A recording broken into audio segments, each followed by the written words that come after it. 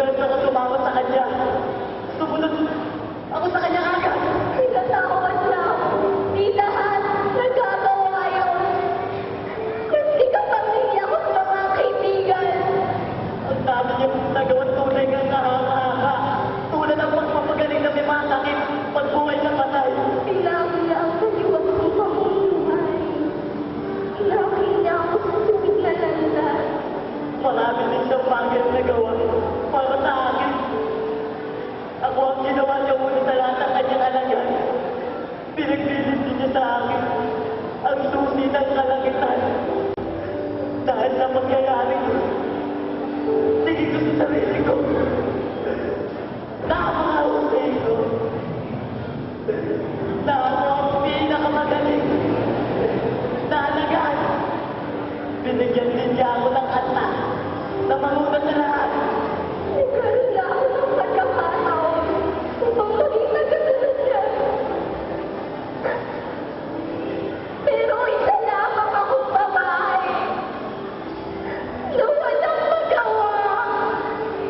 Walang magawa sa panahong sinasaktan siya ng mga tao. Hindi sila makikinig sa akin. Dahil alam nila ang tunay kong pagkatao. Isa akong makasalanan. Isa akong makasalanan. Subalit, pinatawad niya ako. Kayo! Pinatawad din kayo ng Panginoon. Pero anong ginawa niyo? Anong kinukuli niyo sa kanya? Bakit ganito? Bakit? Mga wala kayong maawa! Wala kayong maawa! Alam ko sa sarili ko, ako ang paborito ng Panginoon. Umanda na naman ang kayabangan ko. Naiisip ko rin naman sa atin lahat ay patay-patay sa patingin niya.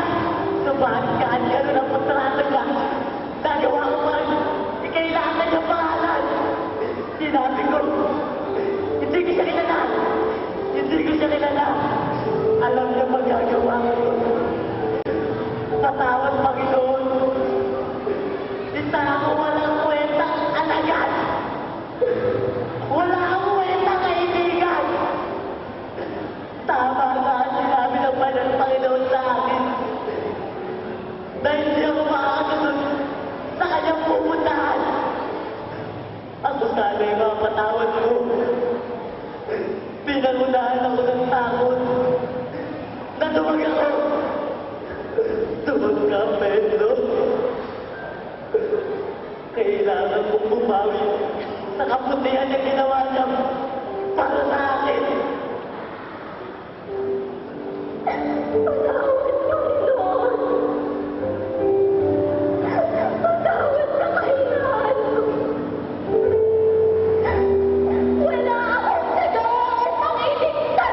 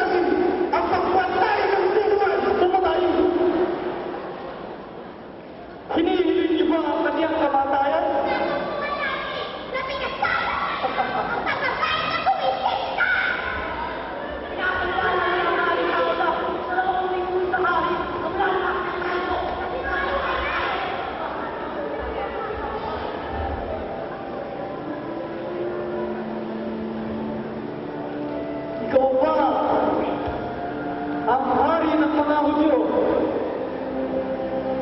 Ilan ba'y nagaling sa sarili mong kaisipan? O ba'y nagsabi lamang sa'yo? Ako ba ay isang Hudyo upang malaman ang mga bagay-bagay na ito? Ang mga kababayan mo ang magdala sa iyo sa akin. Ano ba ang nagawa mo? Ang aking kaharian ay hindi bahagi ng sanlibutan ito. Dahil kung magkano, sana'y pinagtanggol na ako ng aking mga tauhan.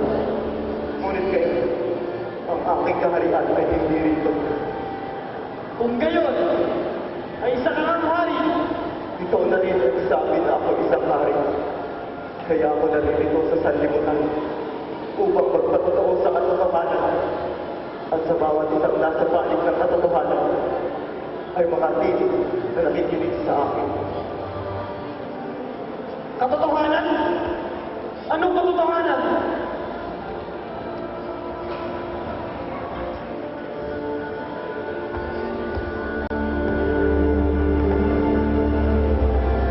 Wala akong nasumbungang sala laban sa tao.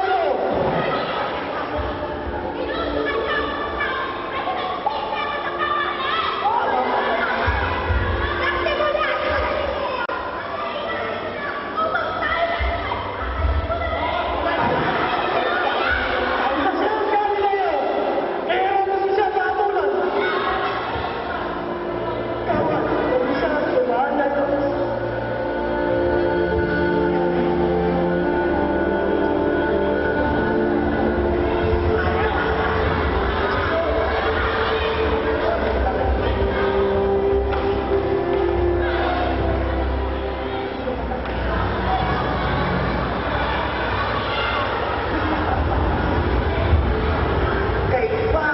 Kaipa, anong tuwang makita sa aking kaharian?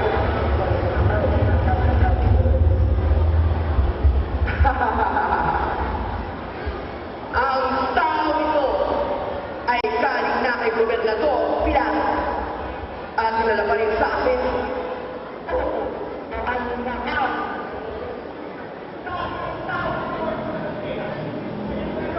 Dapat magbigay ako ang linggo ng tao na ay upang mapili na ang pagpapaganda na siya raw anak ng Diyos. Anak ng Diyos. Ikaw ba si Jesus ang nagpapagaling ng may sakit at bumubuhay ng patay? Ang lahat ko ng Diyos ay walang katotohanan na nakakaamin. Malalaman natin, totoong tanya ang iyong pangalan. Marami ang sa'yo'y naniniwala. Ngunit hindi ko alam kung iyon ay katotohanan o bawat sinungalingan lang. Ngunit, ngayong ikaw ay nasa harap ko, patotohanan mo ang lahat ng yun. Ikaw ay